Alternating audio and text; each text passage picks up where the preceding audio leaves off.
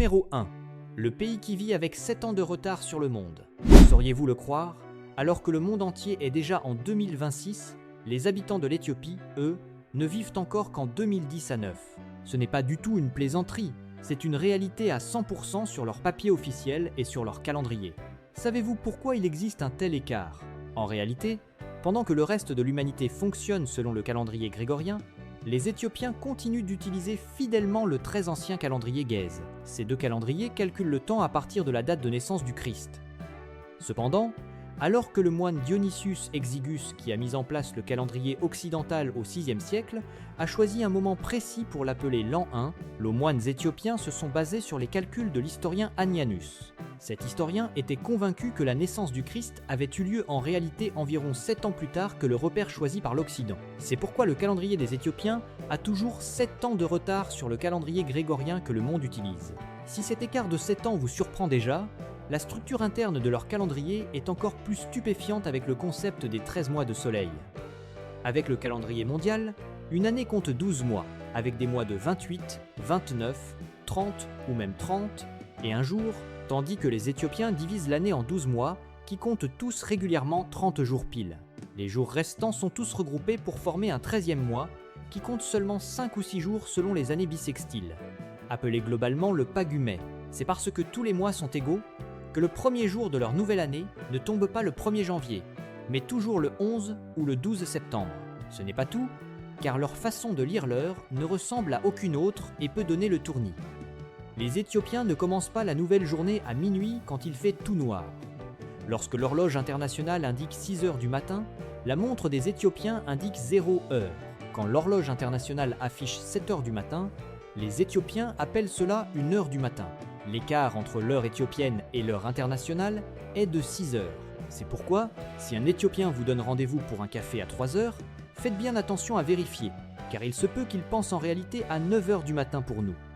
Toutes ces spécificités ont créé une identité touristique unique au monde, transformant l'Éthiopie en une terre mystérieuse où les voyageurs ont l'impression de remonter le temps pour refaire ce qu'ils ont manqué. Pourtant, dans un monde interconnecté, le fait de vivre avec une année et une heure différentes provoque de nombreux obstacles techniques. Les transactions bancaires internationales, les réservations de billets d'avion ou la synchronisation des réseaux mondiaux demandent toujours des étapes de conversion compliquées. Les touristes ratent régulièrement leur vol ou se trompent dans leur rendez-vous parce qu'ils oublient que l'heure locale a un décalage de culture de 6 heures par rapport à l'heure internationale. Quant aux Éthiopiens modernes, ils doivent souvent vivre dans un double monde, en utilisant le calendrier international pour travailler avec l'extérieur, mais en gardant le calendrier local pour la vie de tous les jours. Numéro 2. Les traditions uniques des funérailles et des mariages en Éthiopie. Généralement, derrière chaque enterrement se cache un lourd fardeau financier pour ceux qui restent. Mais le système de l'IDIR en Éthiopie a complètement changé cette donne. Ce modèle fonctionne comme une caisse d'assurance sociale volontaire où les habitants versent une cotisation mensuelle pour accumuler des fonds. Toute la communauté va prendre en charge bénévolement l'ensemble des tâches, depuis le montage des tentes et la préparation des repas pour les invités jusqu'à la coordination des obsèques, sans que la famille n'ait à dépenser de l'argent ou de l'énergie. La seule et unique tâche des proches est de s'asseoir au centre pour pleurer leurs défunts, recevoir les condoléances et réciter les prières avec le prêtre.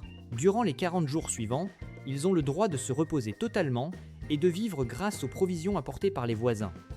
Si les rituels funéraires sont un espace où les êtres humains se protègent et s'entourent de chaleur, les coutumes du mariage se montrent en revanche extrêmement sévères. Cette rigueur ne vient pas du fait que les beaux-parents compliquent la vie du futur gendre, mais elle réside dans le processus d'enquête sur les origines de la lignée avant l'union. Dans beaucoup d'endroits à travers le monde, il suffit aux jeunes couples de ne pas porter le même nom de famille ou d'avoir un écart de 3 générations pour pouvoir se marier librement.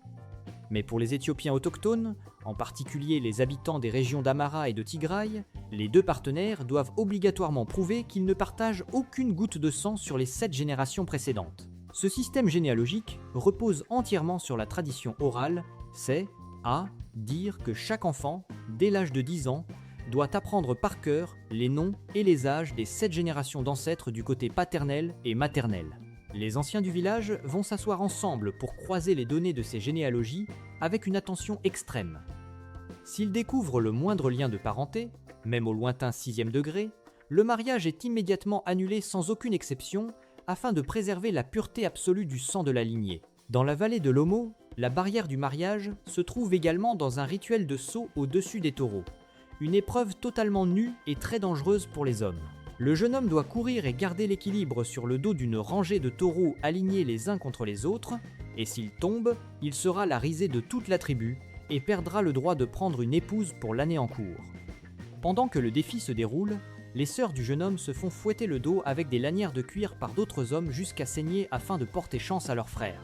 Comme la dot demandée en tête de bétail a une valeur beaucoup trop grande, les jeunes hommes pauvres choisissent souvent de s'associer avec des amis pour enlever la fille qu'ils aiment lorsqu'elle se déplace seule. Cette pratique de l'enlèvement de la mariée est appelée yélafit dans la langue locale. Et bien qu'elle soit aujourd'hui strictement interdite par les lois nationales, elle se déroule encore en cachette au sein des tribus des zones reculées. Après avoir forcé la jeune fille à avoir des rapports intimes, ils s'en remettent aux chefs anciens pour venir négocier la dot avec la famille de la fille afin de légitimer le mariage. Numéro 3. Les rituels effrayants de la vallée de l'Omo. Dans la vallée de l'Omo en Éthiopie, les tribus Kara, Amar et Bana maintiennent une croyance extrême selon laquelle les enfants dont les dents de la mâchoire supérieure poussent avant celles de la mâchoire inférieure sont l'incarnation du démon. Ils appellent ces pauvres enfants les Mingi et leur attribuent la responsabilité de tous les malheurs allant de la sécheresse et des mauvaises récoltes jusqu'aux épidémies qui frappent le village. En plus des dents qui poussent dans le mauvais ordre, les enfants jumeaux ou ceux qui sont nés hors mariage se voient également imposer cette cruelle condamnation de Mingi. C'est pourquoi, dès qu'un enfant Mingi est découvert, les anciens du village cherchent un moyen de l'éliminer de la communauté. Selon les rapports du gouvernement, il est impossible de recenser précisément le nombre d'enfants qui perdent la vie à cause de cette coutume tortionnaire, mais on estime que chaque année, environ 200 à 300 enfants sont assassinés. Bien que ce rituel barbare soit condamné par beaucoup de monde, même les adultes qui osent se lever pour s'opposer à l'élimination des Mingi sont considérés par la tribu comme des porteurs de malédiction et se font chasser définitivement de leurs terres. Vient ensuite le drame caché derrière les plateaux labiaux des femmes mursies. Une pratique souvent glorifiée comme un symbole de beauté, mais qui est en réalité un processus de torture prolongé. Dès l'âge de la puberté, les jeunes filles doivent accepter de se faire arracher de 2 à 4 dents incisives et de se faire entailler la lèvre inférieure pour y insérer un bouchon de bois. Le fait d'arracher les incisives a pour objectif d'éviter que les dents ne viennent heurter et briser la structure du plateau en argile pendant son utilisation. Toutes les quelques semaines, elle remplace elle-même l'objet par des plateaux plus grands afin de forcer les tissus musculaires et la peau de la lèvre à s'étirer avec un diamètre maximal pouvant atteindre 20 cm. Ce parcours provoque des blessures avec des infections chroniques et une déformation totale du visage. Lorsqu'elle veut manger ou boire, la femme est obligée de retirer ce lourd plateau, ce qui laisse la chair de sa lèvre inférieure pendre de façon totalement lâche, un spectacle qui peut terrifier ceux qui le voient pour la première fois. Malheureusement, la tradition veut que la taille du plateau labial soit proportionnelle à la quantité de la dot que la famille du marié doit verser à la famille de la mariée lors des noces, et la curiosité des touristes a involontairement transformé la souffrance de ces femmes en un outil financier très lucratif. Beaucoup de jeunes filles sont forcées de s'étirer la lèvre jusqu'à la déformation complète uniquement pour obtenir de l'argent. Ce revenu, au lieu de servir à améliorer la vie de la famille, est souvent dilapidé par les hommes de la maison pour acheter des armes à feu ou des alcools forts, ce qui plonge directement ces femmes dans le cercle vicieux et terrible des violences domestiques. Numéro 4. Les secrets que les femmes éthiopiennes ne veulent pas que vous sachiez.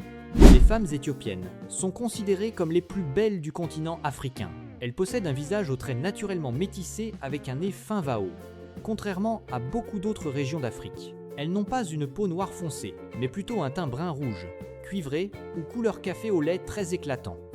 Les habitants locaux appellent cette beauté le habesha. Les cheveux des femmes éthiopiennes sont très épais et naturellement frisés, et ils sont tressés très près du cuir chevelu pour former des lignes droites ou des motifs complexes. Selon les régions, le style de tressage va changer, exprimant ainsi le statut social et l'âge. Par exemple, dans la région de Tigray au nord, les cheveux sont tressés en 5 ou 7 grandes nattes qui partent du front jusqu'à la nuque, tandis que le reste de la chevelure est laissé libre ou bouclé en grosses mèches, ce qui est le symbole d'une femme mariée et souvent associé à un rang social élevé. A l'inverse, dans le sud, si vous voyez une jeune fille rasée en partie au sommet du crâne avec des cheveux uniquement sur les côtés, c'est le signe qu'elle n'a pas encore atteint l'âge de se marier. Alors que les reines de beauté s'efforcent de cacher le moindre défaut pour afficher un visage parfaitement lisse selon les critères modernes, dans la basse vallée de l'Omo, une peau sans imperfection n'est pas du tout le modèle de la femme idéale. Ici, on considère qu'une peau rugueuse, recouverte de nombreuses cicatrices en relief, est un symbole de sensualité va de force. Pour obtenir cette beauté, elles doivent utiliser des objets tranchants pour entailler leur chair avant d'y appliquer de la cendre ou de la sève afin de créer des cicatrices bombées définitives. Ces marques ne sont pas de simples ornements, elles sont la preuve de leur capacité à endurer la douleur pour perpétuer la lignée dans un environnement difficile selon la vision des autochtones. Elles n'auront peut-être pas trop de réticence à partager leur vision de la beauté si vous leur posez la question, mais elles vous raconteront rarement à quel point elles sont marginalisées et perçues comme une mauvaise augure à chaque fois qu'arrivent leurs règles. Pendant leur cycle, elles sont obligées d'abandonner leur foyer pour vivre isolées dans des huttes de fortune très précaires à la lisière du village. Durant ces quelques jours, elles ne doivent toucher ni au bétail, ni aux objets du quotidien, par peur de propager le malheur. Dans ces conditions d'hygiène déplorables et sans aucune protection, pas mal de femmes sont devenues les proies des bêtes sauvages ou ont contracté de graves infections sans que personne n'ose s'approcher pour leur porter secours.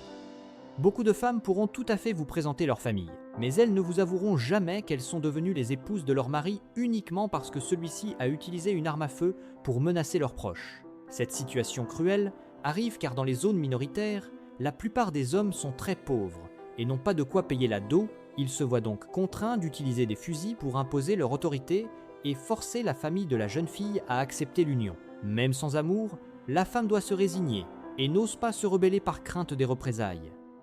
Plus terrible encore, leur destin passe parfois après celui d'une simple vache, à cause d'une croyance absurde qui dit que si l'on perd une femme, on peut en épouser une autre, mais que si l'on perd son bétail, on perd son honneur, son rang et sa capacité à faire vivre sa tribu. Ce drame se produit au sein de certaines tribus d'Éthiopie lors des périodes de sécheresse extrême qui entraînent un manque d'eau potable. À ce moment-là, les hommes de la tribu vont choisir en priorité de sauver leur troupeau en leur donnant le peu d'eau restant au lieu de la partager avec leurs propres épouses. Numéro 5. L'Éthiopie, l'un des plus anciens pays chrétiens au monde. Vers l'an 330, le royaume d'Aksum de l'empereur Ezana a fait de l'Éthiopie le deuxième pays à reconnaître le christianisme comme religion d'État, seulement 29 ans après l'Arménie. L'empire d'Aksum était à cette époque une puissance économique majeure, contrôlant l'ensemble des routes commerciales vitales entre Rome et l'Inde. Dans la partie du Nouveau Testament de la Bible, la présence très précoce du christianisme sur cette terre a également été enregistrée à travers l'événement d'un eunuque éthiopien baptisé dès le 1er siècle. Ce personnage historique était le haut fonctionnaire chargé de gérer le trésor de la reine Candace, de l'ancien royaume d'Éthiopie. Plus intéressant encore, le nom de ce pays est mentionné environ 40 fois à travers les chapitres de la Bible. La deuxième preuve est que l'Éthiopie préserve actuellement les évangiles de Garima, écrits entièrement à la main en langue ancienne, Gèze. Ce livre possède des illustrations aux couleurs éclatantes pour aider les personnes analphabètes à en comprendre le contenu. Et il s'agit également du plus ancien manuscrit complet des évangiles encore existants sur Terre. La couverture de cette Bible est faite de cuivre doré et décorée de motifs sculptés raffinés qui rappellent fortement le style artistique byzantin. Grâce à son emplacement à l'intérieur du monastère d'Abba Garima, caché sur un haut sommet montagneux isolé et bénéficiant de conditions climatiques sèches, ce livre ancien a été parfaitement protégé. Lorsque les experts ont effectué la méthode de datation au carbone 14, les résultats ont montré que cet évangile était présent en Éthiopie depuis une période allant environ du 4e au 6e siècle. La troisième base réside dans le fait que les scientifiques ont confirmé que l'Éthiopie appartient à la branche orthodoxe, l'un des 3 grands courants du christianisme primitif. Cette affirmation est renforcée par toute une série d'héritages, tels que les pièces de monnaie anciennes de l'époque du roi Ezana, les stèles d'Aksum ou le réseau de 11 églises taillées dans la roche monolithique. Au sein de la chrétienté orthodoxe, ils appartiennent au groupe des orthodoxes orientaux sous le nom officiel d'église orthodoxe éthiopienne Tewahedo, concentrée en grande partie dans les régions des hautes terres du nord et du centre. Cette église est considérée comme le lieu qui préserve le plus de traits originaux du christianisme des premiers temps, depuis la langue ancienne Gèze jusqu'aux rituels et aux doctrines qui ont disparu dans de nombreux autres endroits. Cette église continue de se développer puissamment aujourd'hui avec environ 50 millions de fidèles. Bien que les textes juridiques actuels classent toujours l'Arménie avant l'Éthiopie concernant la date de reconnaissance de la religion d'État, ce sont précisément les preuves historiques intactes et vivantes en Éthiopie qui poussent de nombreux historiens à se poser de grandes questions pour savoir quel est le territoire qui s'est lié en premier au christianisme. De plus, le peuple éthiopien croit fermement que son pays est l'endroit qui abrite l'arche de l'Alliance originale, contenant les 10 commandements de Dieu à l'intérieur de l'église Sainte-Marie de Sion. Numéro 6. Les coutumes barbares qui existent encore. Premièrement, c'est la pratique douloureuse des mutilations génitales féminines dans les villages isolés, malgré l'interdiction du gouvernement. Les habitants font cela comme un rituel obligatoire pour prouver la pureté de la jeune fille avant le mariage. Selon la coutume locale, les adolescentes qui refusent de subir cette opération sanglante seront considérées comme sales et privées du droit de trouver un mari. Comme elles sont coupées avec des lames rudimentaires non stérilisées et sans aucune anesthésie, beaucoup de petites filles doivent subir des complications de septicémie, d'hémorragie aiguë, et même la mort immédiate sur place. Deuxièmement, c'est la condamnation cruelle réservée aux bébés jumeaux, car ils sont perçus comme l'incarnation de mauvais esprits apportant le malheur à la tribu. Pour conjurer le sort de la communauté, les gens ont l'habitude de rejeter ou de tuer ces enfants dès qu'ils sortent du ventre de leur mère. La méthode la plus courante est qu'ils vont remplir la bouche des 2 nouveau-nés avec de la boue ou les abandonner sur le bord de la rivière, en laissant le destin décider de leur sort. Pour empêcher que ces drames ne continuent, les organisations sociales comme la Homo Child Foundation recherchent et sauvent activement ces pauvres enfants abandonnés par leur tribu pour les ramener et les élever dans des centres sécurisés de la ville de Jinka. Au lieu de condamner sévèrement cette coutume, cette organisation choisit de discuter directement avec les chefs anciens pour leur expliquer que la naissance de jumeaux est simplement un mécanisme biologique naturel de l'être humain. Enfin, c'est la coutume d'enlever la luette des jeunes enfants dans les campagnes à cause d'une croyance aveugle qui dit que cet organe est la source de la mort. Ce rituel est souvent réalisé de manière artisanale par des guérisseurs du village en utilisant un fil très fin pour attacher fermement la base de la luette avant de tirer d'un coup sec. En réalité, le fait de couper cette structure n'a aucun effet pour prévenir les maladies. Mais au contraire, cela déclenche un saignement continu, provoque des difficultés pour avaler, et surtout un risque d'infection par le tétanos à cause des instruments sales. Numéro 7. Ce que tout le monde ne sait pas sur l'Éthiopie. Si vous vous demandez encore quelle est la première terre où l'être humain a posé le pied, vous avez aujourd'hui votre réponse. L'Éthiopie est reconnue par les scientifiques comme le berceau de l'humanité après la découverte du célèbre squelette fossilisé de Lucie, vieux de 3 200 000 ans. Ce fossile a bouleversé le monde entier à l'époque car il a permis aux scientifiques de trouver la réponse au débat pour savoir si nos ancêtres avaient d'abord évolué au niveau du cerveau avant de pouvoir marcher sur 2 jambes ou inversement. Et la réponse est que nos ancêtres marchaient déjà sur 2 jambes de manière très habile alors que leur cerveau avait seulement la taille d'un pamplemousse. Actuellement, le squelette original de Lucie est conservé de façon extrêmement stricte au Musée national d'Éthiopie à Addis Abeba. En plus d'être le berceau de l'humanité, cet endroit est aussi le lieu de découverte du café le plus ancien au monde. La légende raconte qu'un jeune berger de chèvres nommé Kaldi a découvert cette plante après avoir remarqué que son troupeau devenait très excité et étrangement vigoureux à force de manger un type de baie rouge. Après avoir vu que les chèvres en mangeaient sans aucun problème, les habitants locaux ont commencé à oser y goûter. Au début, ils écrasaient les grains, puis les mélangeaient avec de la graisse pour créer des boulettes d'énergie à manger afin de réduire la fatigue lors de la chasse. Après un certain temps, Kaldi a pris peur face à la force mystérieuse de ce fruit sur l'homme et l'a apporté au monastère local pour demander conseil. Au départ, les moines, craignant qu'il ne s'agisse du fruit du démon, les ont jetés au feu. Cependant, un parfum chaud et intense jamais vu a commencé à se dégager des grains de café grillés, ce qui les a obligés à éteindre le feu, à ramasser ces grains roussis et à les mélanger dans de l'eau chaude pour les goûter. À leur grande surprise, cette boisson d'un noir épais a aidé les moines à rester bien éveillés pendant de nombreuses heures lors des prières de la nuit. Depuis ce moment, cette boisson est née et a été transportée partout par les marchands arabes.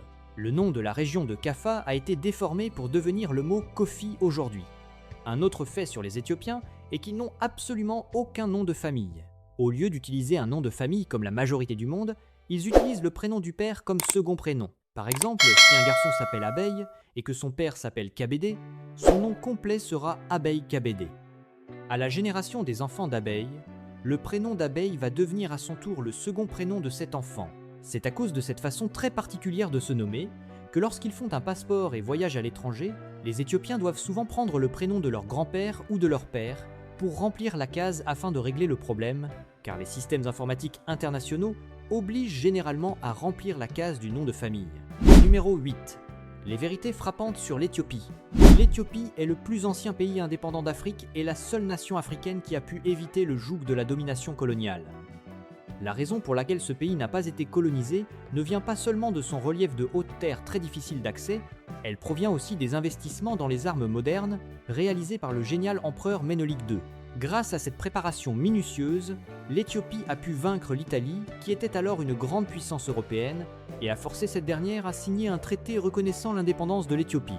C'est précisément parce qu'elle n'a pas été colonisée que l'Éthiopie a conservé son propre système d'écriture très ancien, le Ge'ez, au lieu d'adopter les caractères latins ou arabes comme les autres pays d'Afrique.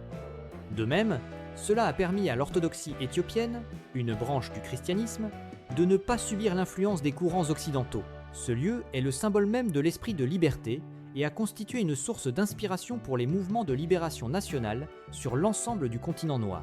Pourtant, derrière cette fierté de n'avoir jamais été colonisé, se cachent des réalités douloureuses concernant l'espérance de vie des êtres humains. L'Éthiopie est actuellement l'un des pays où l'espérance de vie moyenne est la plus basse au monde. Dans les années 2000, l'espérance de vie moyenne dans ce pays avait atteint un niveau plancher, se situant seulement autour de 42 à 44 ans. Aujourd'hui, cette espérance de vie est remontée à environ 68 ans, mais elle reste inférieure à la moyenne mondiale, qui est de 73 ans. Cette réalité prend sa source dans un système de santé encore rudimentaire, des conditions de vie difficiles et le manque d'eau potable, la vie des habitants étant régulièrement confrontée au risque des maladies infectieuses ainsi qu'aux crises de malnutrition.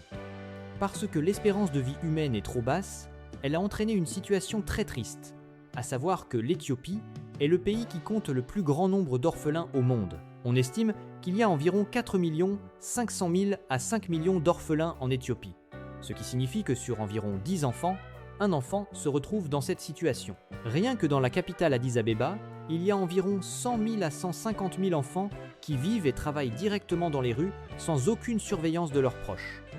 La cause principale est que l'épidémie de VIH-Sida, ainsi que des maladies comme le paludisme et la pauvreté, ont balayé le pays et ont emporté la vie de millions de parents en âge de travailler. Plus triste encore, beaucoup d'enfants sont abandonnés par leurs parents de manière involontaire parce que ces derniers n'ont plus la capacité de les nourrir. Enfin, une vérité qui peut surprendre beaucoup de monde est que l'Éthiopie est le tout premier pays à avoir reconnu l'islam comme une religion. Lorsque les premiers fidèles musulmans ont été persécutés dans leur patrie à la Mecque, qui est aujourd'hui l'Arabie Saoudite, c'est le roi de l'ancien royaume d'Aksum qui, bien qu'étant un chrétien très pieux, a permis à ces musulmans d'expliquer leur religion au lieu de les expulser vers leur pays. Après que les musulmans ont récité au roi un chapitre du Coran parlant de la Vierge Marie et de Jésus, il a déclaré qu'il protégerait ces musulmans et leur a permis de vivre ainsi que de maintenir leur foi au lieu de les forcer à se convertir au christianisme. Numéro 9. L'Éthiopie est un paradis pour les végétariens. Si vous êtes un adepte des légumes, l'Éthiopie est la destination de vos rêves. Un endroit où le végétarisme n'est pas une mode passagère, mais un mode de vie qui existe depuis des milliers d'années. Il suffit de faire un pas dans la rue pour voir la nourriture végétarienne présente à chaque coin de rue, des restaurants luxueux jusqu'au boui-boui sur le trottoir. L'âme de leur repas végétarien est l'injera, un pain plat géant, moelleux comme un nid d'abeille, fabriqué à partir d'une graine ancienne appelée le teff, riche en fer, en calcium, en protéines et totalement sans gluten, une substance présente dans le blé et l'orge qui provoque l'ostéoporose, l'infertilité ou le cancer de l'intestin. Ce pain est souvent garni de façon très colorée, avec une dizaine de sortes de sauces aux légumes comme les lentilles, le soja ou les pommes de terre.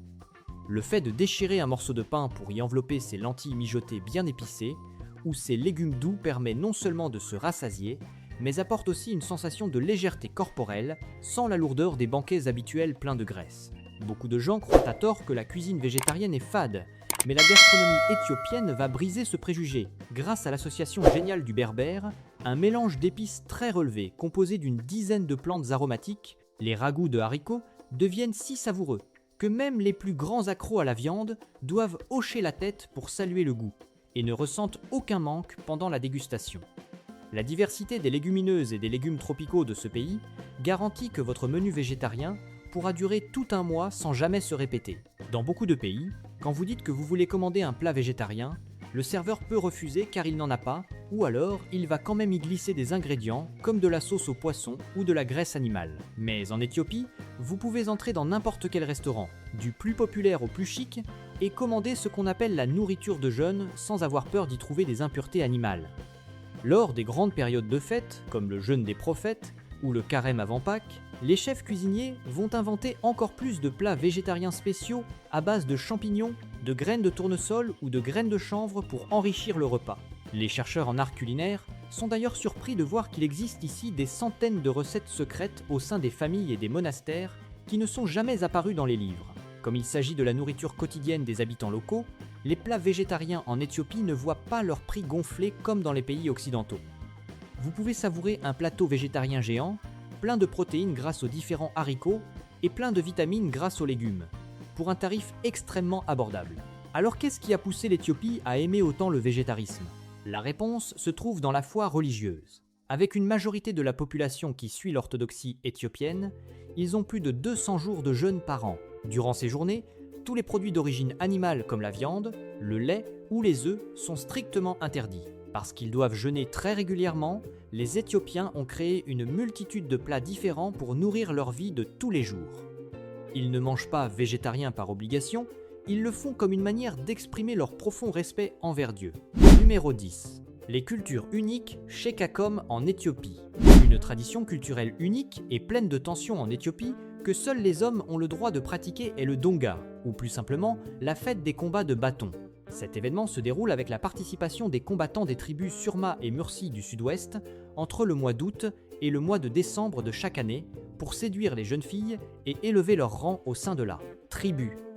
Les guerriers qui participent portent uniquement des bandes de tissu pour protéger leur tête ainsi que leurs poignets, tandis que leur corps est enduit de cendre ou d'argile et ils utilisent un bâton en bois très dur, mesurant environ 2 mètres de long pendant toute la durée du duel. Avant l'affrontement, les combattants accomplissent souvent le rituel de boire du sang frais de vache, mélangé avec de l'alcool fort, puis ils chantent et dansent ensemble la danse des guerriers. Durant le combat, les deux rivaux n'ont pas le droit de poignarder l'adversaire ni de frapper lorsque celui-ci est à terre.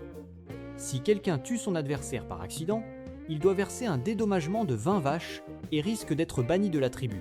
Pourtant, il y a énormément de cas où la défaite entraîne des vengeances, avec des fusils AK-47 entre les villages, ce qui menace directement la vie des participants. À côté de ces rituels très stricts pour les hommes, le 10 à 9 août de chaque année, les jeunes garçons participent ensemble à la fête du Buet, une version d'Halloween typiquement éthiopienne. Ils se rassemblent en groupe pour aller de maison en maison en chantant des chansons traditionnelles afin de recevoir du pain ou des pièces de monnaie.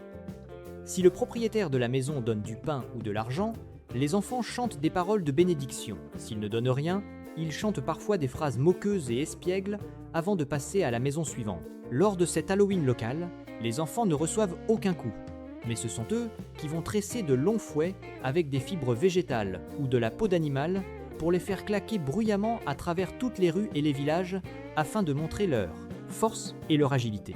Une fois arrivé à l'âge adulte, le statut social de l'homme éthiopien, en particulier au sein de la communauté Oromo, est validé par la quantité de richesses qu'il possède.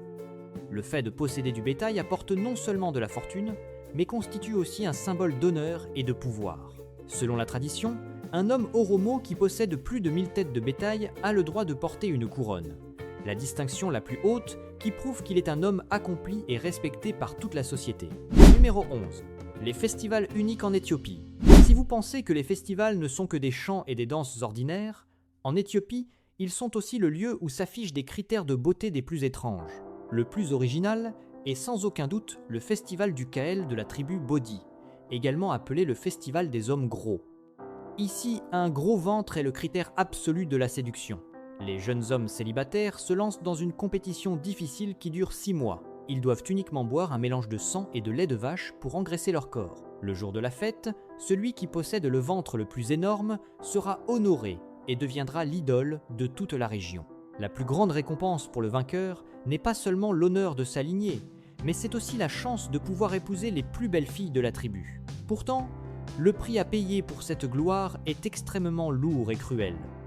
Le fait de prendre du poids trop vite en si peu de temps en consommant uniquement des graisses et des protéines expose leur corps à des risques de maladies cardiovasculaires, d'hypertension et de diabète. De plus, une fois le festival terminé, ces hommes doivent affronter un parcours de perte de poids très laborieux pour retrouver leur état normal, et certains n'y parviennent jamais.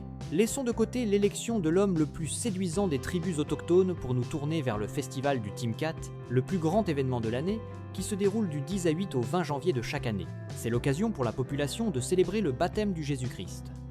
Ce rituel est compris simplement comme un acte de purification pour effacer les erreurs du passé afin de repartir de zéro. Le point fort de ce festival réside dans les processions extrêmement solennelles, où les répliques de l'Arche de l'Alliance sont sorties des églises au milieu du son des trompettes et des tambours qui résonnent dans le ciel. Le sommet de l'animation arrive lorsque des milliers de personnes vêtues de tenues blanches traditionnelles se jettent ensemble dans les bassins d'eau bénite ou attendent que le prêtre utilise des lances à eau pour les asperger afin de reproduire le baptême à l'image de ce que le Christ a fait en l'an 27 de notre ère. Dans cette ambiance vibrante, vous pourrez admirer la danse des épaules appelée Esquista, créant un spectacle joyeux que l'on ne trouve presque nulle part ailleurs. Enfin, il ne faut pas manquer la fête de Meskel en septembre, l'un des festivals les plus importants et les plus esthétiques des chrétiens orthodoxes éthiopiens. Au milieu des grandes places, les habitants dressent d'immenses bûchers en forme de cône appelés demera. Lorsque la cérémonie commence, des milliers de prêtres vêtus de capes de brocart étincelantes et abrités sous de magnifiques parasols de soie se mettent à danser autour du bûcher sous la lumière du coucher de soleil. Au moment où le feu est allumé, tout le monde retient son souffle pour observer la direction de la fumée. Si elle s'élève vers l'est, c'est un bon présage qui annonce une année de prospérité. Si elle se dirige vers le nord ou vers le sud, cela indique la stabilité. Mais si la fumée s'oriente vers l'ouest, cela est vu comme un avertissement contre des événements malheureux. Cependant, au lieu de céder à la panique, ils vont prier tous ensemble pour conjurer le mauvais sort. Numéro 12. Les églises célèbres en Éthiopie. Le sommet de l'extraordinaire est sans aucun doute le complexe des églises de Lalibela, un lieu surnommé la 8e merveille du monde. Cet ensemble se compose de 11 églises troglodytiques monolithiques datant du Moyen-Âge, plus précisément du XIIIe siècle, et se situe dans une région montagneuse au centre de l'Éthiopie, près d'un village traditionnel, aux maisons circulaires uniques. C'est un site majeur du christianisme éthiopien qui reste aujourd'hui un haut lieu de pèlerinage et de dévotion. La particularité de ces églises réside dans le fait qu'elles n'ont pas été construites de bas en haut avec des briques et du mortier, mais qu'elles ont été sculptées directement en s'enfonçant dans d'immenses blocs de roche d'un seul tenant sous le sol. L'ensemble des toits, des murs, des piliers et des fenêtres forment une seule et unique roche continue, sans la moindre brique ni le moindre morceau de ciment pour l'assembler. Les Éthiopiens croient fermement que ce travail n'est pas celui des mortels, mais que des anges sont descendus sur terre pour aider le roi Lalibela à les achever au cours de longues nuits mystérieuses. Située au sein de ce complexe, l'église de Medan Alem est considérée comme la plus grande cathédrale monolithique au monde.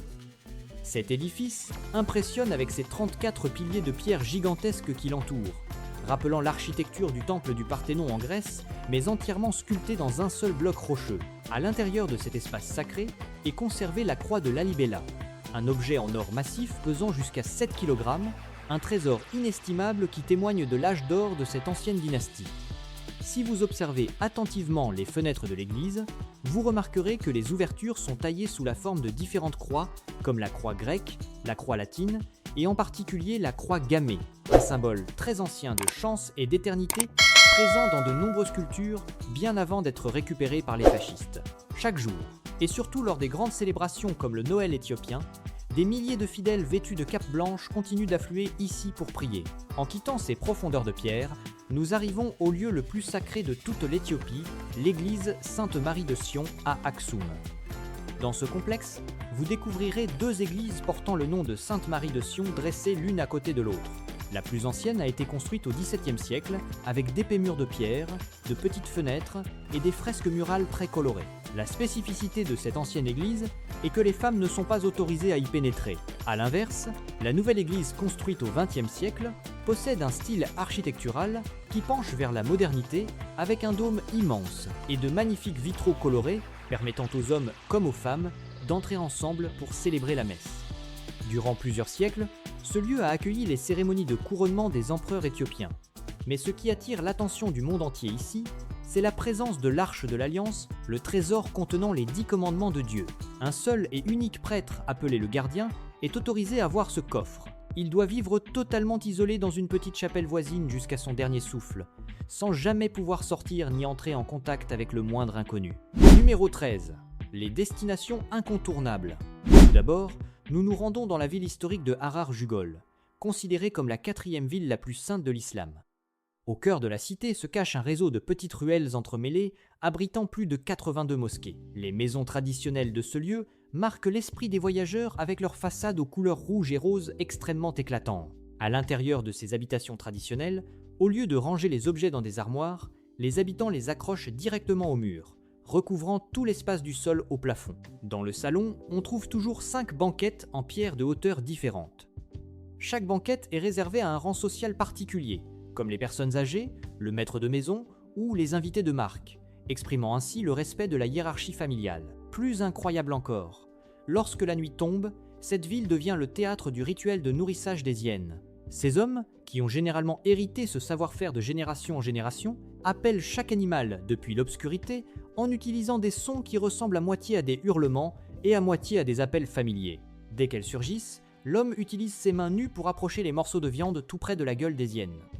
Ensuite, nous partons ensemble vers la dépression de Danakil et le volcan Erta Ale. Cet endroit est réputé pour être l'un des points les plus chauds du globe, avec des températures qui atteignent régulièrement les 50 degrés Celsius. Dans cette zone, en vous tenant devant les lacs d'acide aux couleurs vives jaunes et vertes fluo, vous aurez l'impression de venir de poser le pied sur une autre planète. La chaleur de cette terre provient aussi de l'Erta Ale, l'un des rares volcans au monde à posséder un lac de lave en activité permanente. Les voyageurs peuvent grimper jusqu'au sommet de la montagne pour observer de leurs propres yeux la coulée de lave en train de bouillonner d'un rouge vif juste sous leurs pieds. Tout autour de cette terre aride s'étendent d'immenses étendues de sel blanc où la tribu Afar continue de travailler courageusement pour extraire et transporter le sel à l'aide de caravanes de chameaux traditionnels. Enfin, revenons au rythme de vie animé de la capitale Addis Abeba. C'est le plus grand marché à ciel ouvert de tout le continent africain. Ce lieu ressemble à un labyrinthe gigantesque qui s'étale sur des kilomètres avec plus de 7000 stands. Vous pouvez y dénicher absolument tout, depuis les produits agricoles, les épices et les vêtements traditionnels jusqu'aux objets recyclés de manière créative. Le marché est ouvert de 9h du matin à 10 à 7h de l'après-midi et fonctionne uniquement en argent liquide, c'est pourquoi vous devriez préparer beaucoup de billets locaux de petite valeur pour payer facilement vos petits achats, car les vendeurs hésitent souvent à vous rendre la monnaie sur les gros billets. Numéro 14. Le budget à préparer pour un voyage en Éthiopie. Si vous me demandez si l'Éthiopie est un pays où le coût de la vie est cher ou abordable, la réponse est la suivante. Cela peut être extrêmement coûteux, mais c'est aussi bon marché à un point incroyable. Si vous choisissez de séjourner dans les hôtels internationaux à Addis Abeba, ou de louer une voiture privée pour vous déplacer d'une ville à l'autre, l'Éthiopie va engloutir votre budget tout autant que les capitales européennes. Mais si vous choisissez les petits restaurants locaux, alors avec seulement environ 2 à 4 dollars américains, vous aurez un plateau de nourriture complet, riche en protéines de haricots et en légumes, largement suffisant pour rassasier 2 personnes. Pour comprendre à quel point ce tarif est bas, il suffit de regarder du côté des États-Unis, où 4 dollars sont parfois tout juste suffisants pour s'offrir un seul café. Le côté économique de l'Éthiopie se voit de façon très nette dans les habitudes de tous les jours, à commencer par la culture du café. Au lieu de dépenser 5 dollars pour un café Starbucks industriel en Occident, il vous faudra moins de 0,5 dollars pour vous asseoir par terre sur le tapis d'herbe et savourer un café authentique, torréfié, moulu et préparé sur place selon le rituel traditionnel. Pour les déplacements, si vous n'utilisez pas de voiture privée, les minibus bleus et blancs ou le tramway de la capitale ne vous coûteront que quelques centimes, environ 0,1 à 0,3 dollars pour chaque trajet.